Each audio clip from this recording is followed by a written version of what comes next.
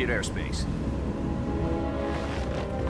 20 minutes to drop off. Commencing internal depressurization. Equipment check. Arm main parachute. All right. You ready to go? Drop zone still showing a high pressure mass. Cav okay. Good. We've got high visibility.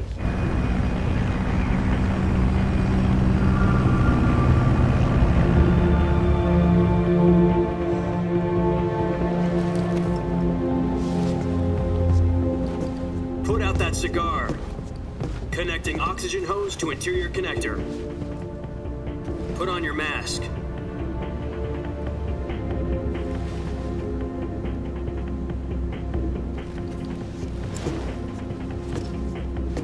Does this panty waste know what he's doing?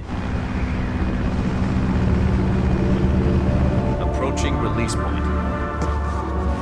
10 minutes to drop off. Hey, are you deaf? He said put out the cigar and put on your mask.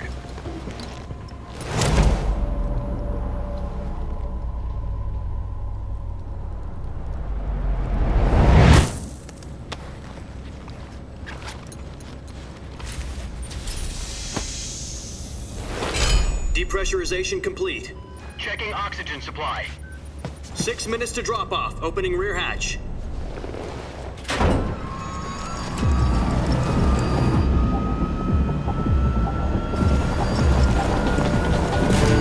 Sunrise.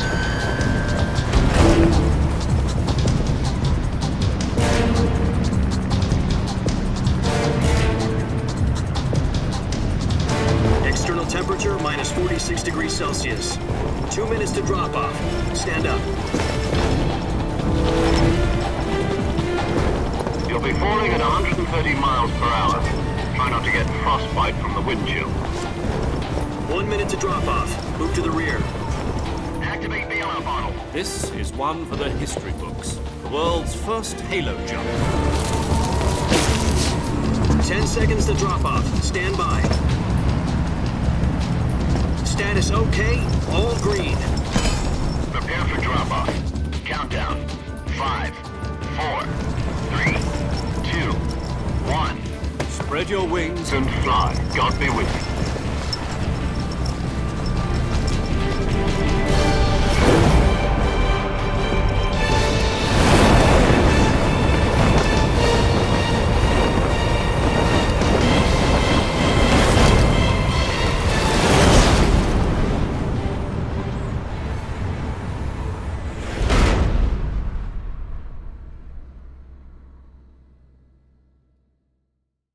Jack, I've got some important news.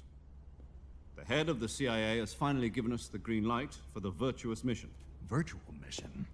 No, the virtuous mission. The future of our Fox unit depends on it. If it succeeds, we'll be officially organized into a unit. Virtuous mission? Sounds like some kind of initiation ritual. You know, don't get cocky. This isn't a training op. Right. So what exactly is this wonderful mission? Well, about 2 years ago, a certain Soviet scientist requested asylum in the West through one of our moles. His name is Nikolai Stepanovich Sokolov. He's head of the OKB-754 Design Bureau, one of the Soviets' top-secret weapon research facilities, and the East's foremost expert on weapons development. Sokolov? Isn't he that famous rocket scientist? The very same. On April the 12th, 1961, the Soviets achieved the first manned spaceflight in history. The Earth was blue, but there was no God. Well spoken. The rocket that carried Yuri Gagarin to orbit was the A-1, known as the Vostok rocket. Sokolov is said to be the man most responsible for the multi-engine cluster used in that rocket. After Gagarin's flight, Sokolov left rocket development to become the head of the newly established Design Bureau. From a lowly technician to head of a design bureau, that's quite a success story. So why do you want to defect? It seems he'd become afraid of his own creations. Afraid? Call it a crisis of conscience. And for that, he left his country and his family behind and went over the fence? Not exactly. One of his conditions was that his family was also to be taken safely to the West. For We used a mole to get the family out first and succeeded in sneaking Sokolov over the Berlin Wall shortly afterwards. I was the one who conducted the operation. The security on the eastern side was still full of holes back then. Then what? We got Sokolov over in one piece, but the whole ordeal had left him exhausted, and we checked him into a hospital in West Berlin. It took him 2 weeks and more than 600 miles to get from the research facility in the Soviet Union to Berlin. He was in no condition to say anything coherent. And it was only a week later that we had something much bigger on our hands. The Cuban Missile Crisis. October the 16th, 1962, President Kennedy received word that the Soviets were in the process of deploying intermediate-range ballistic missiles in Cuba. The President demanded that the Soviets dismantle and remove the missiles. At the same time, he announced a naval blockade to prevent further missile shipments from reaching Cuba. But the Soviets didn't back down, instead placing their armed forces on secondary alert. Soviet transport ships carrying missiles continued on course towards Cuba. US and Soviet forces went on alert for an all-out nuclear war. Frantic negotiations were conducted through the UN's Emergency Security Council and unofficial channels to end the hair-trigger standoff. Finally, on October the 28th, the Soviet Union agreed to remove its missiles from Cuba, and so the world avoided a nuclear holocaust. But in order to get the Soviets to pull their missiles out, we had to make a deal. You mean the one where the US agreed to remove its IRBMs from Turkey? No. The Jupiter IRBMs deployed in Turkey were obsolete, and we were going to get rid of them anyway. They had no strategic value whatsoever to either the US or the Russians. The Turkey deal was a ruse, a cover story that was fed to the other intelligence agencies around the world. So what did the Russians really want? Sokolov. They wanted us to return Sokolov. You mean the Soviets pulled out of Cuba just to get their hands on Sokolov? That's right. What the hell was he working on? At the time, we had no idea. We were running out of time. It was either give up Sokolov or risk full-scale nuclear war. In the end, we had no choice. President Kennedy gave in to Khrushchev's demand. The next day, I got Sokolov out of the hospital, handing him over to agents on the eastern side. Sokolov kept on screaming, "Save me," until he disappeared from my sight. Then a month ago, we received some new information from one of our moles. About Sokolov? Yes. He was taken back to the research facility and forced to continue working on the weapon in question under KGB supervision. What's more, it's on the verge of completion. So what kind of weapon is it? Something to do with space rockets? No, missiles. Same technology. I guess you're right. We don't know the details, but it appears to be a new kind of nuclear device. For half a year now, the Soviets have been conducting frequent nuclear tests at Semipalatinsk. Something to do with the weapon, I assume. We're talking about a secret weapon so big that Khrushchev was ready to pull out of Cuba to get it back. Is Sokolov still in the facility? No. According to our intelligence, he's in Selino-Yarsk, a place in the mountains about 3 miles to the west that's known as the Virgin Cliffs. The Virgin Cliffs. Nice name for a virtuous mission. They moved him there just recently. Why? Apparently, they're conducting a field test of the weapon, but it's our best chance to get him back. This mission would never have been possible if he was still in the research facility. This is our last chance. Sokolov must have known that too when he contacted us.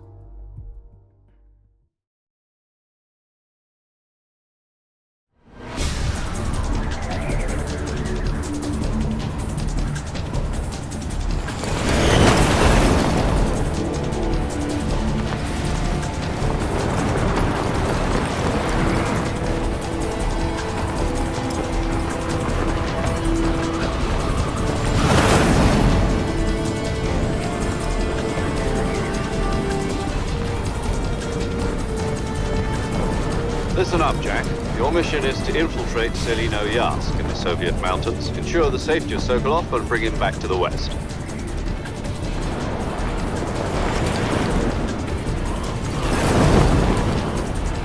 If we don't get Sokolov back before that weapon is complete, we'll be facing a major crisis. The clock is ticking.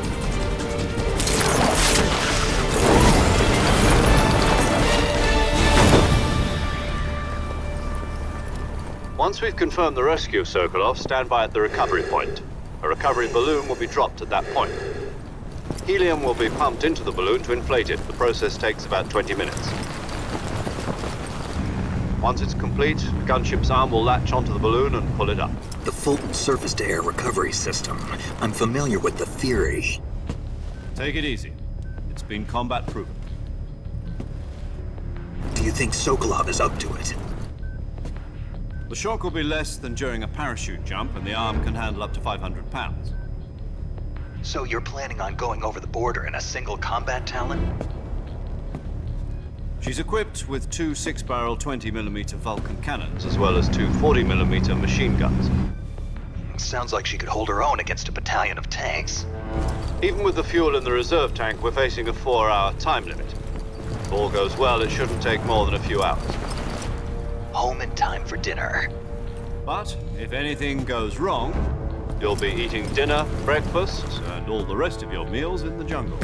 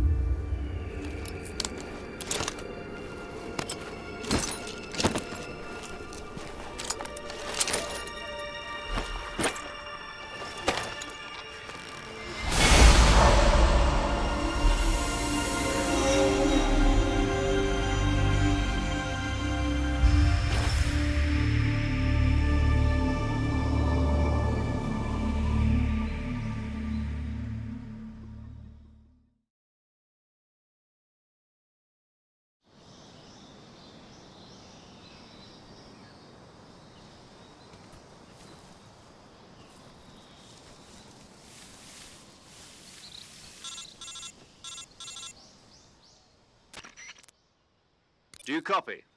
You're already in enemy territory, and somebody might be listening in. From here on out, we'll be using code names to refer to each other. Your code name for this mission will be Naked Snake. I'll be referring to you as Snake from now on. You're not to mention your real name. Snake? What, you don't like snakes? What do you mean? Well, you've eaten one before, haven't you? In survival training. I'm glad to hear that. I don't know if I'd ever order one in a restaurant, but... Be careful, you might not have a choice. What about you, Major? What should I call you? Let's see. I'll be Tom. Call me Major Tom. Oh, and Snake. Yeah, The crew isn't watching anymore. You can take off the disguise now. good idea. This isn't right. Time for the snake to shed his skin.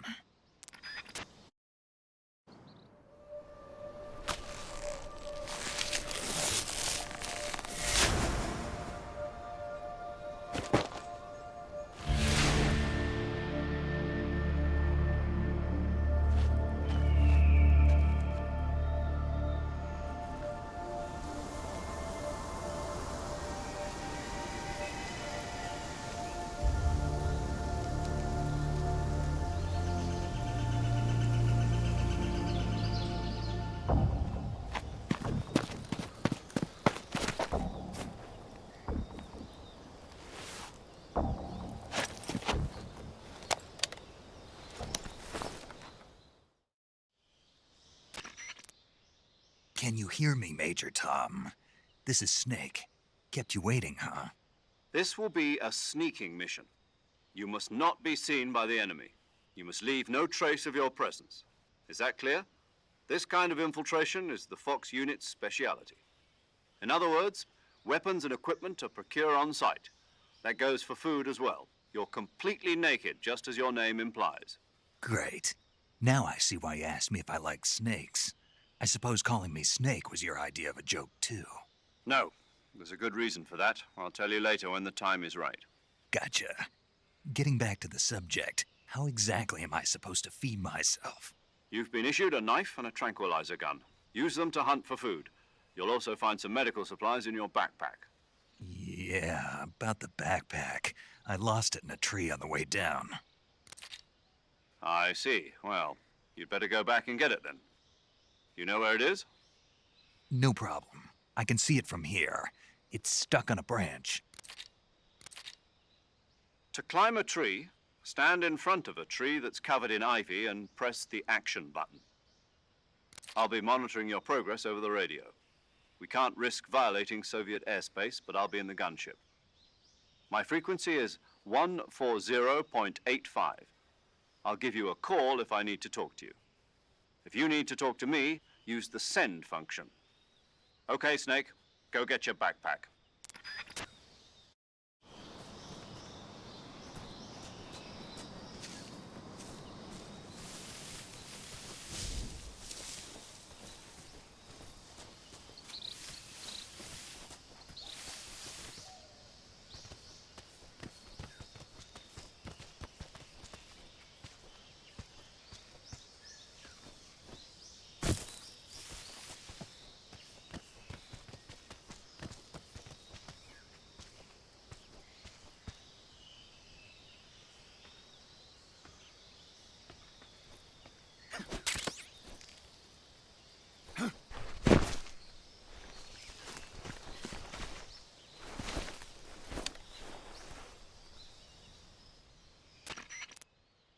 I see you've retrieved your backpack, Snake. To equip a weapon, it's necessary to take it out of your backpack. In the survival viewer, choose Weapon from the backpack. Your available weapons will be displayed in a list on the screen. From that list, choose the weapon you want to equip and press the Enter button. For other equipped items, just do the same thing from Item. Got it. Use the survival viewer backpack. Yep, that's right. Survival is fundamental to this mission. After you've been out in the field for a while, your stamina will start to drop. If your stamina gets too low, it'll affect your performance. You won't be able to shoot accurately, for example, and your wounds won't heal as smoothly. Keep an eye on your stamina so you don't run out. To recover lost stamina, you can hunt for local flora and fauna. You can use either your tranquilizer gun or your knife to hunt. My only weapon is a Mark 22 Hush Puppy tranquilizer gun? That's right. It's been fitted with its own suppressor. However, the suppressor will deteriorate every time you fire. Once its durability reaches 0, the noise suppression effect will be gone. So don't get too trigger happy with it. The suppressor's durability is shown in the icon. Any weapons and equipment beyond what you're carrying now, you'll have to find as you go. I have to find my own weapons and equipment? Whose crazy idea was this anyway? Solo covert actions are standard Fox operating procedure. You can't leave any traces of your presence. No weapons, equipment, footprints, sweat, or bodily wastes. The same goes for bullets and cartridges, too. Your presence in enemy territory is already a violation of international conventions of warfare. There aren't supposed to be any American soldiers in Russia. It could spark an international incident. You can't let anyone see you. You can't let the enemy know you're there. This is a stealth mission. You're a ghost, Snake, in every sense of the word. And there'll be no rescue if you're captured. The military and U.S. government will deny any involvement in the affair. Then I'll just have to take care of myself, huh? I'm afraid so. You've been given a fake death pill for that purpose. SIS guidelines stipulate that soldiers on covert ops like this one be issued a potassium cyanide capsule. Tape it to your body so you can take it when you need to. How generous of you. Use it if you're taken prisoner by the enemy. It'll send you into a state of false death for a short time. Fooling them into thinking that I'm really dead. So how do I come back to life? Just take the revival pill. You mean that thing they put in my tooth before the mission? That's the one. But be careful. If you remain in a state of false death for too long, nothing will be able to bring you back. Remember that. I'll keep it in mind. You said this was a solo mission, right? Right. I guess that means I can't count on any reinforcements. Correct. The mission rests entirely in your hands. A real one-man army. Relax. There's a support team ready to back you up over the radio. Who? I'll introduce them to you. This time, survival is of utmost importance. The first member of the support team will be in charge of monitoring your physical condition, acting as a medic, so to speak, as well as recording your mission data. She's a member of Fox as well, and she's here on the gunship with me. She. Hello, Snake. I'm paramedic. Nice to meet you. Paramedic. As in a medic who comes in by parachute. Aren't you going to tell me your real name? Are you going to tell me yours, Mr. Snake? My name, huh? It's John Doe. And they call you Jack for short. You're a regular Captain Nemo. A name means nothing on the battlefield. After a week, no one has a name. What's your name? Jane Doe. Very funny. I wasn't joking, but I'll tell you my name only if you manage to make it back alive. My frequency is 145.73. She's also in charge of recording your mission data. Whenever you want to save, send a message over the reserved save frequency, 140.96. So saving lets me record my mission data. That's right. It also records the state of your health. Good to know. There's one more person I want to introduce you to, Snake. Huh? Speaking of snakes, you remember the boss, don't you? A legendary soldier and your mentor. Actually, it was the boss that got the DCI's authorization in the first place. She's going to be serving as Fox's mission advisor. The boss is? She also helped me plan this mission. She and I were at SAS together. Jack, is that you? How many years has it been? Boss? That's right. It's me. Oh. Talk to me. Let me hear your voice. It's been 5 years, 72 days, and 18 hours. You've lost weight. You can tell just by the sound of my voice. Of course I can. I know all about you. Really? Well, I don't know anything about you. What's that supposed to mean? Why'd you disappear on me all of a sudden? I was on a top-secret mission. You didn't need me anymore. But there were still so many things I wanted you to teach me. No, I taught you everything you needed to know about fighting techniques. I taught you all I could. The rest you needed to learn on your own. Techniques, sure. But what about how to think like a soldier? How to think like a soldier? I can't teach you that. A soldier needs to be strong in spirit, body, and technique. And the only thing you can learn from someone else is technique. In fact, technique doesn't even matter. What's most important is spirit. Spirit and body are like two sides of a single coin. They're the same thing. I can't teach you how to think. You'll just have to figure it out for yourself. Listen to me, Jack. Just because soldiers are on the same side right now doesn't mean they always will be. Having personal feelings about your comrades is one of the worst sins you can commit. Politics determine who you face on the battlefield. And politics are a living thing. They change along with the times. Yesterday's good might be tomorrow's evil. Is that why you abandoned me? No, it had nothing to do with you. I already told you, Jack. I was on a top-secret mission. A soldier has to follow whatever orders he's given. It's not his place to question why. But you're looking for a reason to fight. You're a natural-born fighter, but you're not quite a soldier. A soldier is a political tool, nothing more. That's doubly true if he's a career soldier. Right and wrong have no place in his mission. He has no enemies and no friends. Only the mission. You follow the orders you're given. That's what being a soldier is. I do whatever I have to get the job done. I don't think about politics. That's not the same thing. Sooner or later, your conscience is going to bother you. In the end, you have to choose whether you're going to live as a soldier or just another man with a gun. There's a saying in the Orient, loyalty to the end. Do you know what it means? Being patriotic.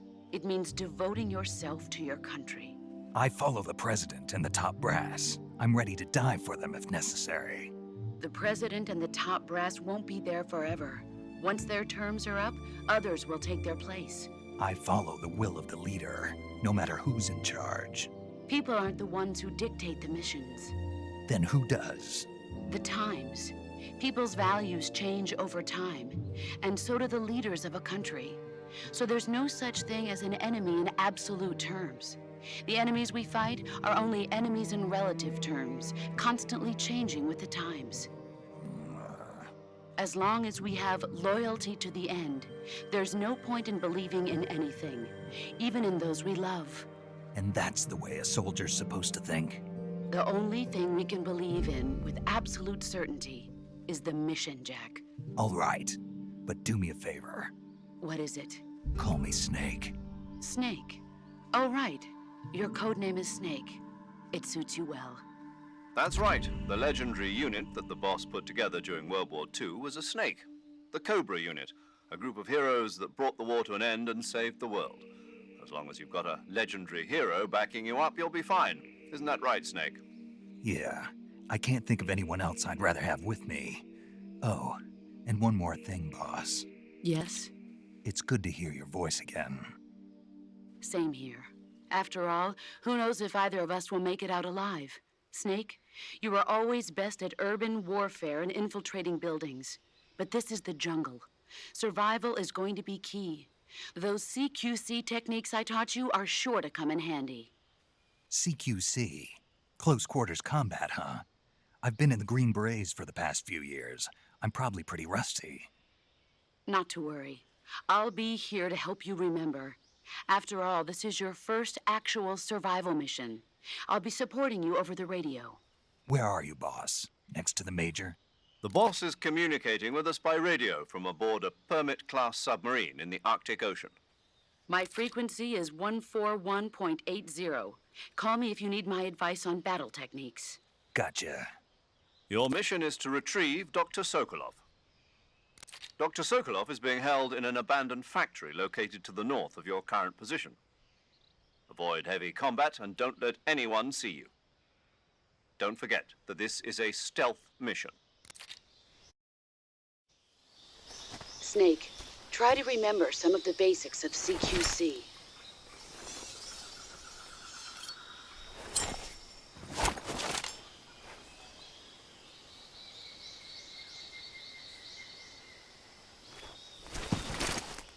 Commencing virtuous mission now.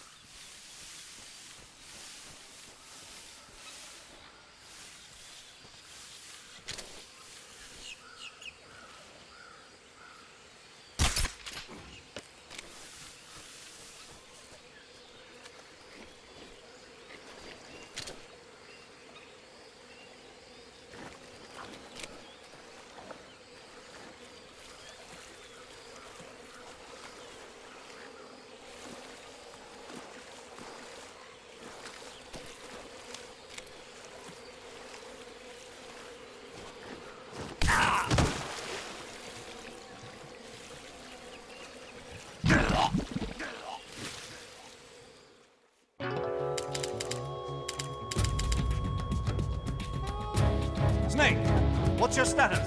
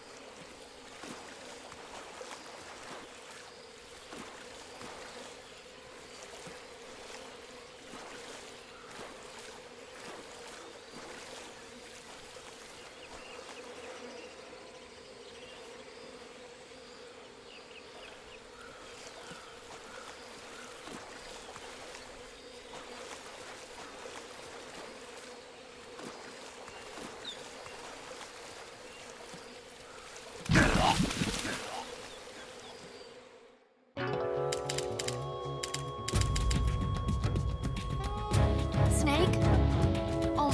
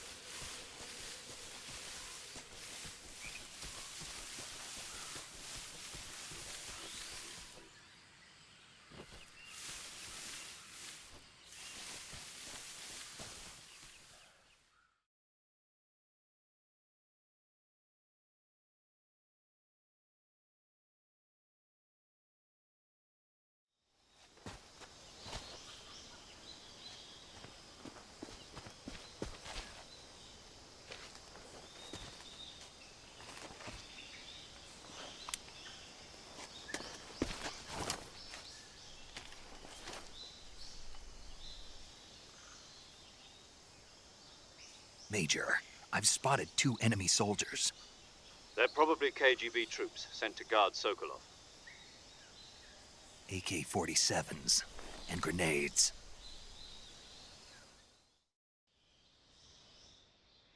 Snake, your presence in Soviet territory is already a violation of international law. We can't let the Kremlin find out that the CIA and the American government are involved. Contact with the enemy is strictly prohibited. Don't engage them in battle either. This is a stealth mission. Got that? The Major is right. The point of this mission is to sneak through the jungle without being seen.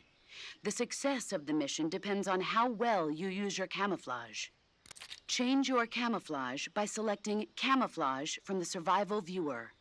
The Uniform option lets you pick your uniform, while the Face option lets you change your face paint. Choosing camouflage that blends in with your surroundings will help you conceal yourself more effectively. Also, don't forget that anything that moves will stand out in the jungle. If you just stand up and run around like an idiot, you're bound to be spotted. But if you crawl instead, you should be able to sneak by without being noticed. You can see how effective your camouflage is by looking at the Camo Index. The Camo Index shows how well your current camouflage blends in with the surrounding area. The higher the value, the harder you are to spot, and vice versa. The key is to make yourself one with nature. Keep that in mind as you go along, okay?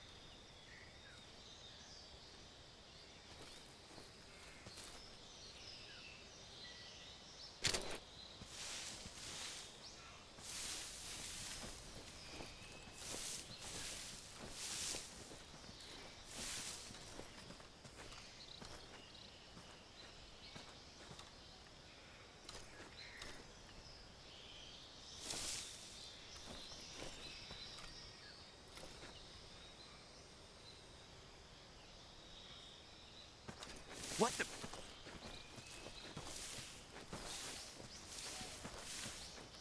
I'm just seeing things.